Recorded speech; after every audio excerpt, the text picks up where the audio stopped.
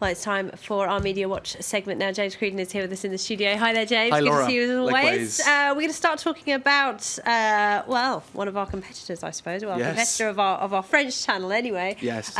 They've all gone on strike because the channel has decided to hire a presenter or a commentator who is in a bit of legal trouble at the moment. Tell us more about this. That's right. So let's take a look first of all at these images which were shot by France 24 yesterday evening. Now the strike is ongoing today.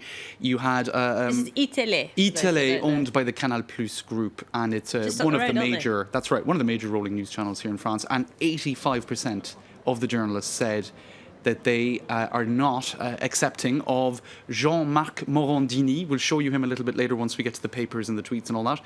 But they are very unhappy about this man coming on and doing a daily 1 hour show sort of on the media, actually. It's called Morandini Live, called after himself.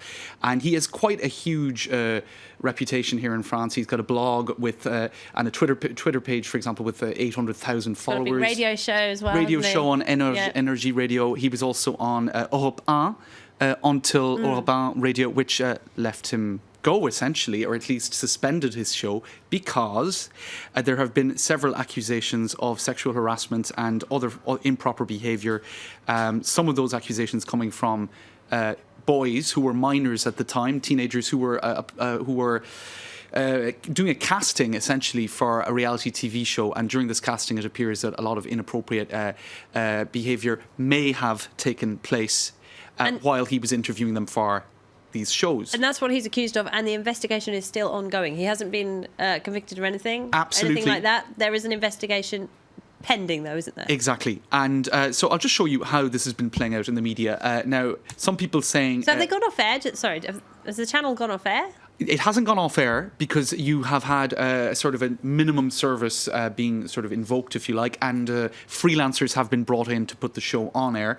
In any case, this was the front page of Libération this morning. They're talking about the choice of trash. Now, we have to kind of bring in the context here because iTélé is actually in the process of rebranding as C News, C for Canal Plus.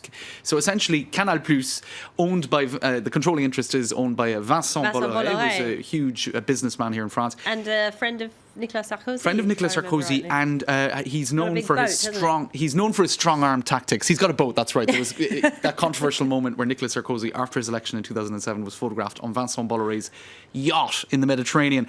He's a big French businessman. He's a big cheese, a grand fromage, a big legume. Well, he's particularly well known for very strong-arm tactics when it comes to mergers, takeovers, acquisitions, and all of that. In any case, iTélé, which was sort of one of the two main rolling news channels, is now going to be rebranded as C News, and it's clear to all of the observers that means it's going more towards a gossipy showbiz type content as opposed to hard news coverage. For example, they have no journalist at the moment in covering the battle for Mosul.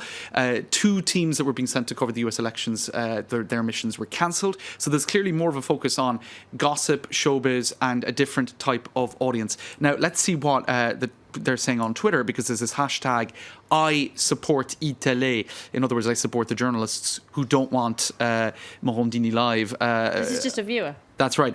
Replacing 1 hour of news with 1 hour of total emptiness. How great. And, sending good wishes to my friends at iTélé. Now, this is a tweet that we'd have to unpack, because what they're doing here is listing all of the different shows on the kind of mother channel of Canal Plus, but also in iTélé, that have sort of seen their ratings crash because of radical overhauls that have taken place since Vincent Bolloré has sort of acquired Canal Plus, if you like. Le Petit Journal was totally reconfigurated, and the ratings have completely sunk. Really? Yes. Les Guignols, they're talking about here the crash of the Guignol. The Guignol is a show. It's like Spitting Image. It's exactly like Spitting Image. It's puppets and it's satire, usually political satire. That's been massively watered down. So a lot of people saying that the freedom of expression, the freedom of satire has been basically, massively diluted, and now imposing Morandini on Canal Plus, because in fact, as Le Monde points out, Vincent Bolloré says that this was his personal decision to bring Jean-Marc Morandini into the iTélé team, despite the fact that the vast majority of the newsroom doesn't want him at all.